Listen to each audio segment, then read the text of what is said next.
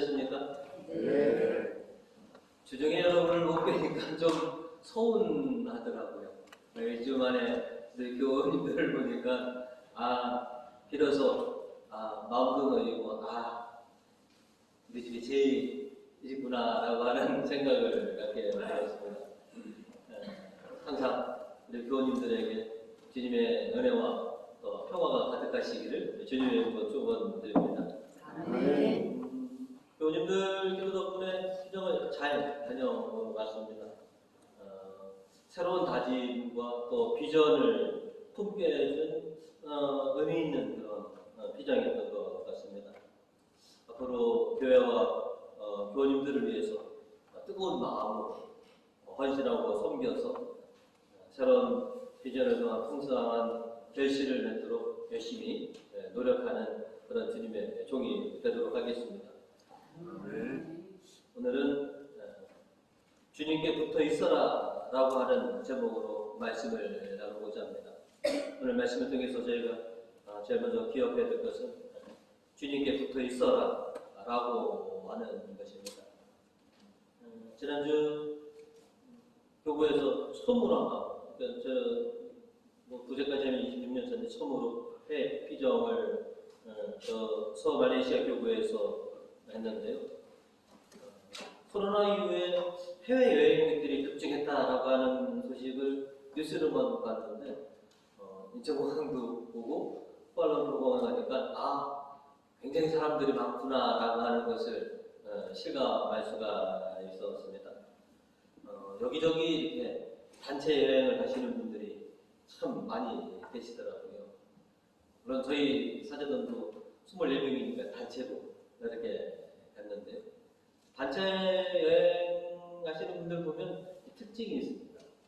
무대 위를 이렇게 이리저리 이렇게 이동하는 모습들인데 또 그럴 것이 행여나 그 일행 속에서 저희가 이탈하게 되면 일행을 놓치게 되면 참 낯선 곳에서 고생을 많이 할 수 있기 때문에 그래서 맨 앞에 가는 그 인도자나 아니면 그 무리들을 이렇게 따라가는 게 제일 편하고 안전하다라고 하는 것을 느꼈고 저희 사제들도 마찬가지였습니다.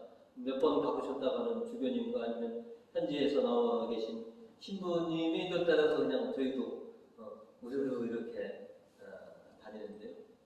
생전 처음 보는 광경도 많이 있어서 참 시선을 많이 뺐는데 자칫 그런 곳에서 정신 팔리고 한눈 팔다 보면 이 단체에서 메토리가 될 수도 있는데 그러다 보면 참 힘들기 때문에 그래서 새로운 것도 좀 두려워거리면서도 또 일행을 놓치지 않으려고 하는 그런 모습 속에서 저희가 움직였던 것 같습니다. 신앙생활도 참 이와 같은 이치구나라고 오늘 주님께서는 우리들에게 가르쳐주고 계십니다. 오늘 복음 4절로 말씀하시기를 너희는 나를 떠나지 말라. 나도 너희를 떠나지 않겠다. 포도나무에 붙어 있지 않는 가지가 스스로 열매를 맺을 수 없는 것처럼 너희도 나에게 붙어 있지 않으면 열매를 맺지 못할 것이다. 항상 주님에게 붙어 있어. 너희가 떨어지면 참 너희 인생이 고달프고 힘들 것이다. 이어서 5절로 말씀하시기를 나는 포도나무요 너희는 가지다. 누구든지 나에게서 떠나지 않고 내가 그와 함께 있으면 그는 많은 열매를 맺는다.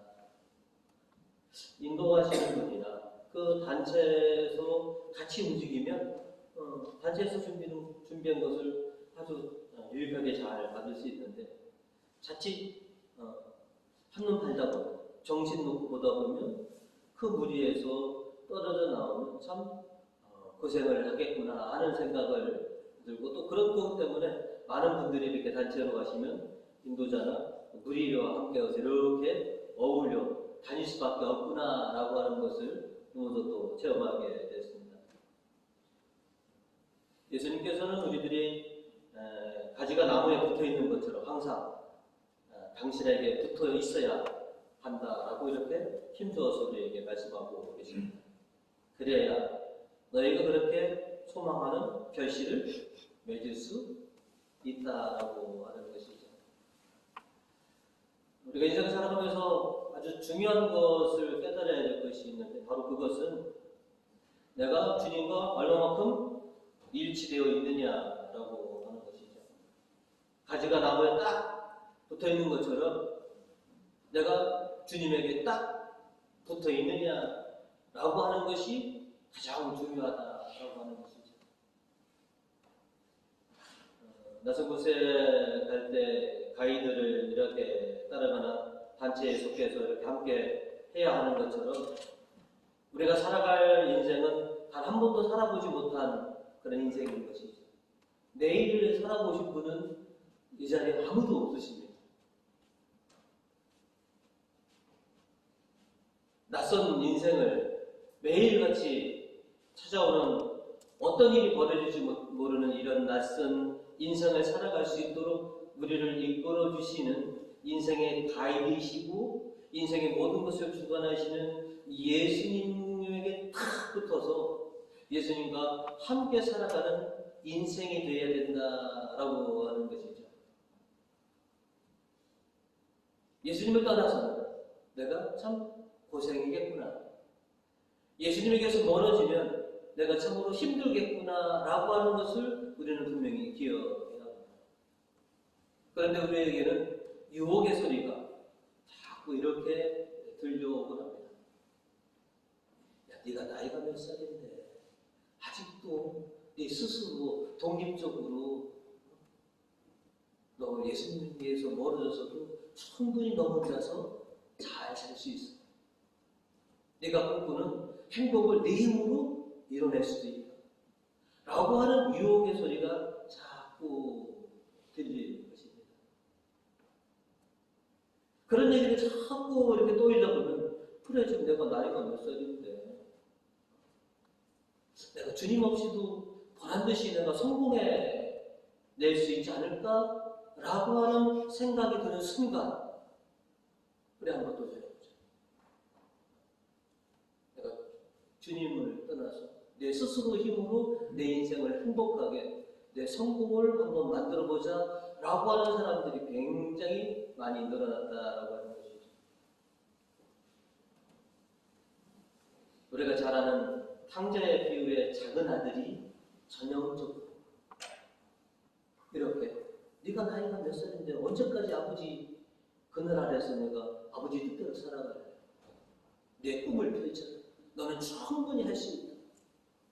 그래서 우리가 잘 아는 대로 아버지한테 그냥 유산 다 받아서 아버지가 혹시나 간섭할까봐 아버지 없이도 내가 정말로 큰 성공을 이뤘습니다 라고 하는 건 보여주기 위해서 아버지의 품을 떠났고 그리고 아버지께로부터 참 멀린 곳으로 떠났습니다.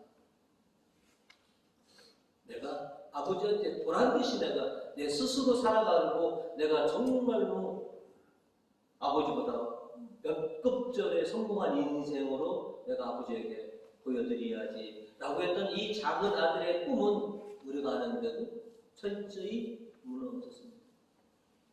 그리고 결국은 다시 아버지 품으로 돌아올 수밖에 없는 그런 인생이 되었다는 것이죠.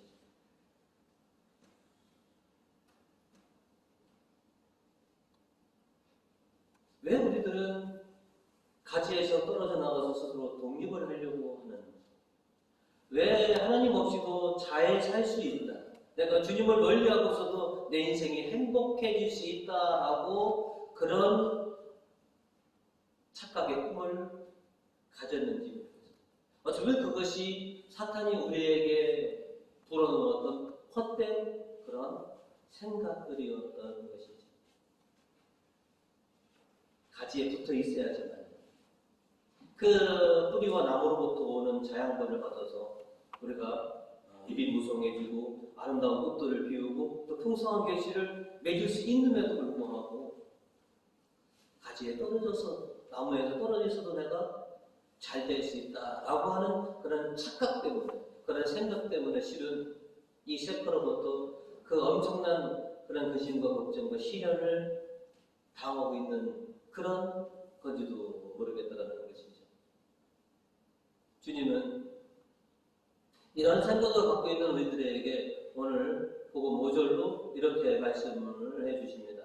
5절 후반절인데 나를 떠나서는 너희가 아무것도 할 수 없다라고. 주님을 떠나서도 내가 뭔가 할 수 있다라고 하는 것은 착각이다. 나를 떠나서는 너희가 아무것도 할 수 없다. 그러니 나를 떠나지 말고, 나를 멀리하지 말고 오히려 더 가까이 나하고 항상 붙어 있어야 된다라고 하는 것이 주님이 오늘 우리들에게 주는 가장 큰 메시지입니다. 얼마큼 내가 주님과 친밀하느냐, 얼마큼 일치하느냐에 따라서 주님께로부터 오는 은혜와 풍성한 결실을 우리가 얻어드릴 수 있습니다. 오늘 이 독서에서 보면 이방인이었던, 우리 성경에는 넷이라고 되어 있지만 어떻게 보면 한 나라의 살림을 도맡아서 하는 재무장관 좀 완전 고관이라는 것이죠. 이방인이었던 이 사람이 어떻게 참 포도나무의 전목이 되었는가라고 하는 것을 오늘 일독서를 통해서 우리에게 전해주고 있습니다. 또 주님께서는 아직도 주님을 모르는 사람들이 당신에게 접붙여져서 참 포도를 풍성하게 맺기를 그렇게 바라시고 계신다라고 하는 것이죠. 오늘 일독서 29절에 이렇게 우리에게 알려주고 있습니다. 그때 성령이 필리포에게 가서 저 마차에 바짝 다가가 와라 하고 이렇게 일러줍니다.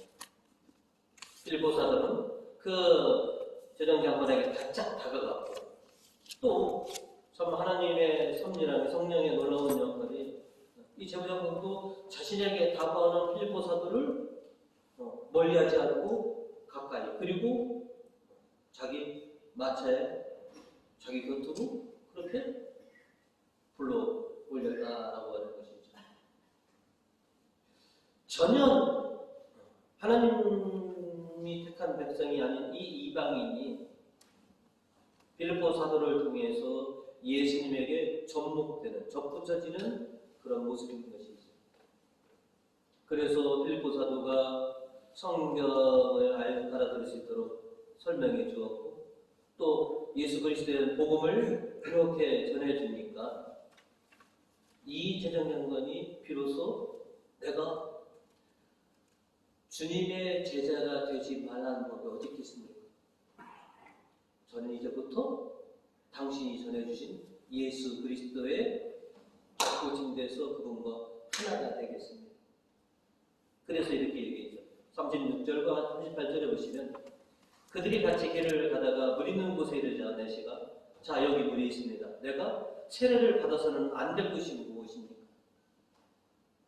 38절로 내시는 마차를 세우게 하고 필리포와 함께 물에 내려가 그에게 세례를 받았다. 하나님을 멀리했던 예수 그리스도 알지 못했던 이 내시가 이 이방인이 떨어졌던 가지가 이제 참 포도나무이신 예수님에게 접붙여진 그런 관계입니다. 그리고 성령이 필리포 사도를 어디론가 이렇게 데려가셨고 이 내시는 혼자 남아있지만 기쁨으로 자신의 고국으로 돌아갔다라고 나와 있습니다. 그가 자신의 나라에 돌아가서 어떻게 됐을까라고 하는 것을 우리가 상상만 해봐도 쉽게 알 수 있을 것입니다. 하나님께서는 에드피아 제정장관을 당신에게 접붙임시키셔서 그로 하여금 놀라운 결실을 보게 해줬다라고 하는 것이죠.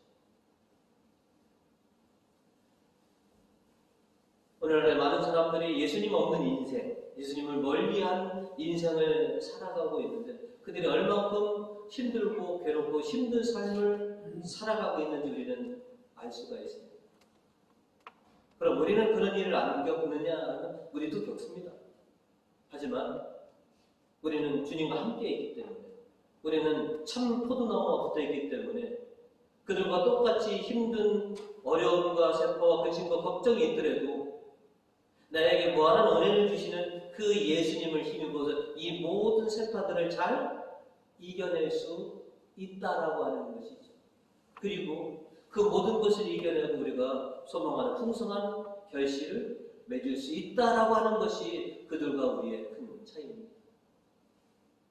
스스로 인생을 책임진 사람들은 스스로 그 어려움을 헤쳐나가야 되지만 우리에게는 참 포도나무이신 주님이 옆에 계시기 때문에 이 힘든 인생을 나 홀로 겪어내는 것이 아니라 그분의 도움, 주님의 인도하심으로 이 모든 것을 헤쳐나갈 수 있기 때문에 우리가 주님이 없는 인생보다, 주님을 멀리한 인생보다 더 풍성한 결실을 맺을 수 있다라고 하는 것입니다.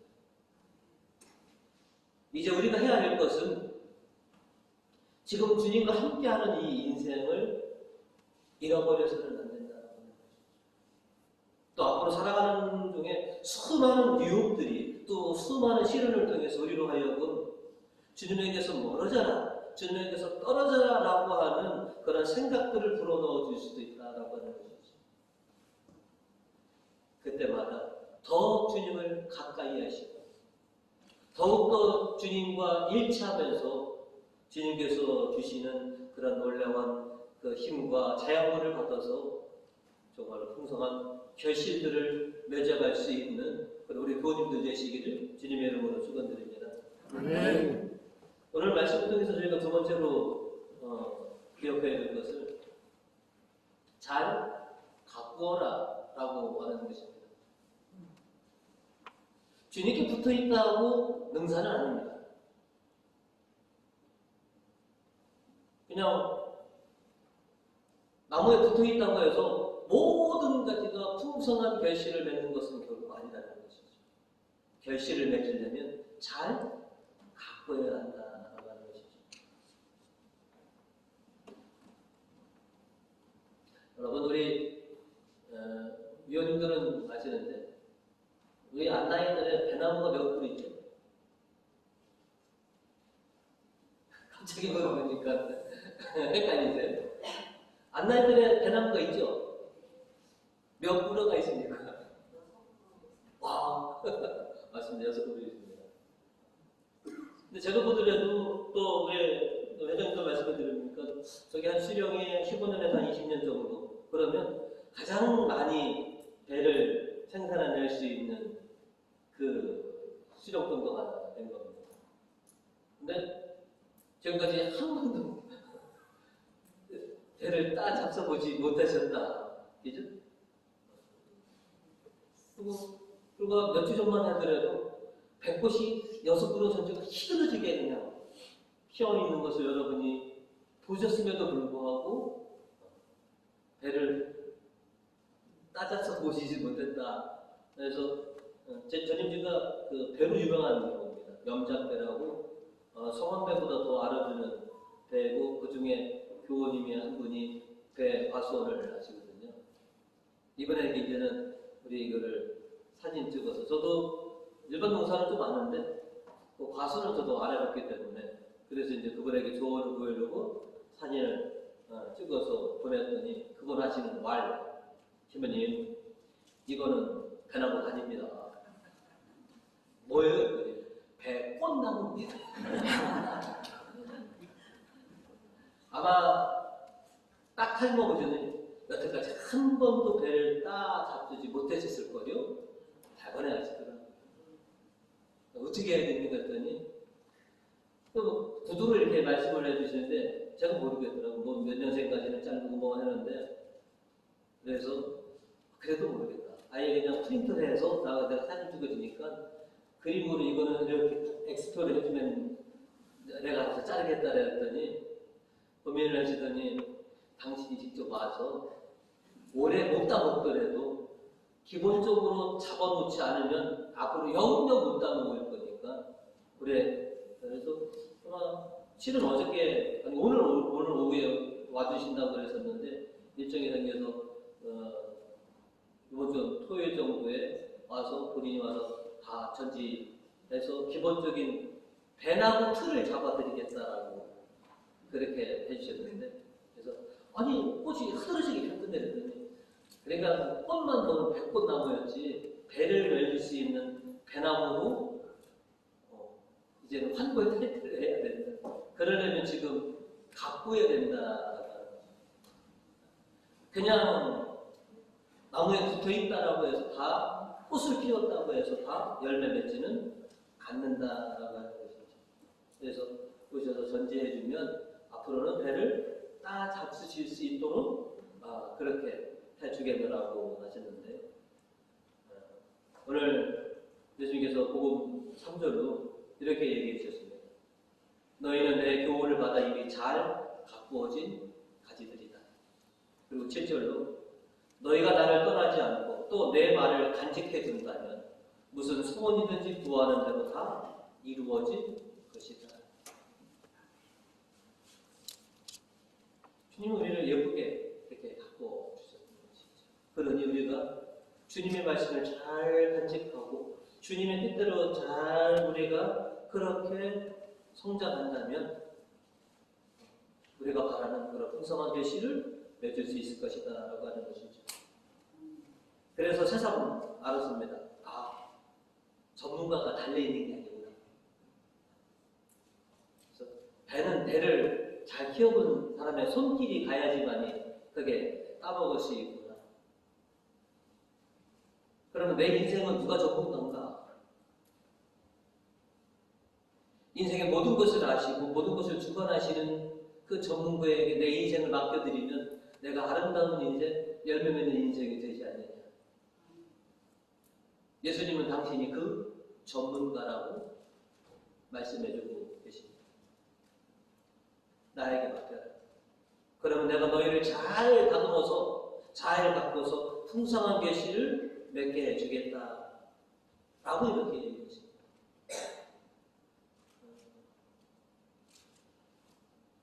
저는 이제 미용실에서 이제 머리를 하거든요. 이발소를 안 간 지가 좀 오래됐습니다. 왜냐하면 이발소는 정성을 들이는 분은 1시간을 깎아주고요. 미용실은 한 15분이면 깎아주더라고요. 저는 그래서 한 15분이면 되는 그 미용실을 다니는데 쉽더라고요. 그냥 알아서 좀 저에게 잘 맡기끔 해주세요. 그냥 머리 맡기면 알아서 저에게 어울리게 그렇게 깎아주더라는 것이죠. 예수님에게 주님 제 인생을 좀 맡아주십시오. 제 인생을 좀 돌봐주십시오 라고 맡기면 당신께서 가장 아름다운 인생으로 우리를 그렇게 가꿔주실 거라고 하는 것이죠. 예수님께서 손수 전지지 하실 수 있도록 우리가 미용사들에게 그냥 머리를 다 맡기는 것처럼 예수님의 손길에 내 인생을 그냥 다 맡겨드리면 되는 것이죠. 예수님의 손길에 내 인생을 좀 주물러 주시고 만져주셔서 부족한 건 채워주시고 과한 것은 좀 덜어내주시고 그래서 정말 아름답게 꽃피고 결실맺을 수 있는 그런 포도나무, 그런 배나무 그렇게 바꿔주시도록 맡기면 되는 것이죠. 근데 우리는 이게 겸손해서 그런 건지 아유 무치게 제 인생을 주님께 이렇게 주님 힘드시도록 그거를 무치게 맡겨 제가 알아서 좀 해보겠습니다. 될 것 같으면 뭐 해야죠. 주님 손 안 가더라도 내가 할 수 있으면 해야 되지만 내가 할 수 없는 거는 주님이 만져주셔야만이 된다면 기꺼이 주님께 내 인생을 맡겨드리는 것이 지혜로운 인생이고 또 결실을 보는 인생이라는 것이죠. 이제 주님께 여러분의 인생을 좀 맡겨주시기 바랍니다. 주님께서 여러분을 좀 만져주시고 가꿔주시도록 우리가 맡겨드릴 수가 있다는 것이죠. 주님은 그거를 원하시고 있습니다. 나에게 좀 맡겨봐라. 내가 너를 이렇게 예쁘게 다듬을 수 있도록 온전히 좀 맡겨봐라. 그렇게 요구하고 있습니다. 그리고 지금 주님에게서 멀어진 가지들, 주님에게서 떨어진 가지들이 다시 당신에게 접붙여지기를 그렇게 소망하고 계십니다. 오늘 시편 27절과 28절로 이렇게 우리에게 말하고 있습니다. 온 세상이 주님의 생각하여 돌아오고 만백성 모든 가문이 그 앞에 경배하리니 만방을 다스리는 주님께 모든 왕권이 있으리라.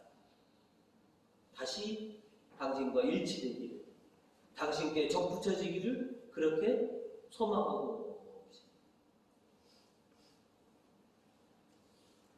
이제 주님께서 저희들을 잘 가꾸어진 나무라고 얘기하십니다.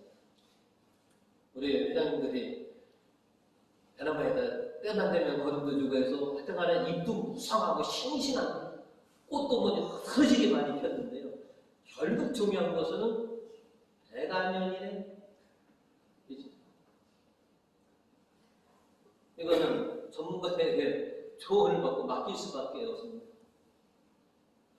우리가 지금 열성적으로 이렇게 주님과 함께 살아가고 잎이 무성하고 아름다운 꽃도 폈지만 과연 내가 맺고 있는 열매가 내가 정말로 주님과 함께하고 있구나라고 하는 것을 보여주는 그 결과물이라고 하는 것이죠.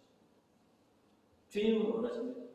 그래, 너 잎이 무성하고 꽃도 이쁘게 폈지. 그런데 지금 어떤 열매를 맺고 있느냐, 그 열매를 좀 보여다오 라고 하신다는 것이죠.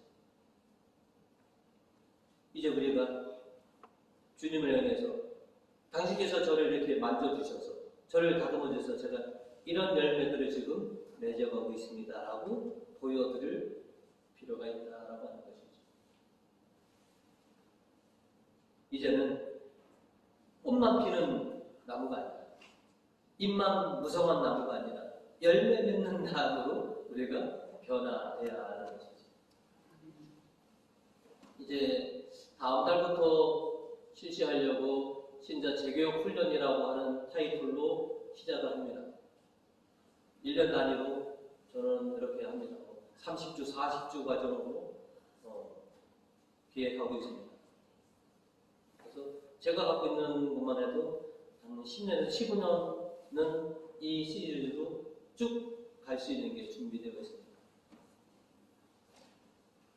좀 부족하지만 또 여러분 보시기에도 미흡한 점이 많이 있지만 여러분 한번 여러분을 좀 맡기셔서 내가 재교육돼서 다시 훈련받아서 주님의 열매를 맺는 이런 멋진 나무들로 거듭날 수 있도록 여러분이 한번 여러분을 맡겨주셨으면 좋겠습니다. 우리 신부님 과연 나를 우리들을 어떻게 주물러서 어떤 열매를 맺을지 여러분이 맡겨주시지 않으면 어떻게 해볼 도리가 없습니다. 그래서 여러분이 원하시는 그거를 좀 리스트에 적어주시면 가장 많은 분들이 함께 할 수 있는 시간으로 제가 많이 할 때는 일주일에 4타임도 걸렸습니다. 4팀, 5팀도 했습니다. 저는 그걸 굉장히 즐겨합니다. 좋아합니다. 저를 위해서 우리 신부님이 시시하지요 라고 해서 이름을 올릴 생각을 적으셨다면 그거 올려주시는 게 저를 기쁘게 해주는 겁니다.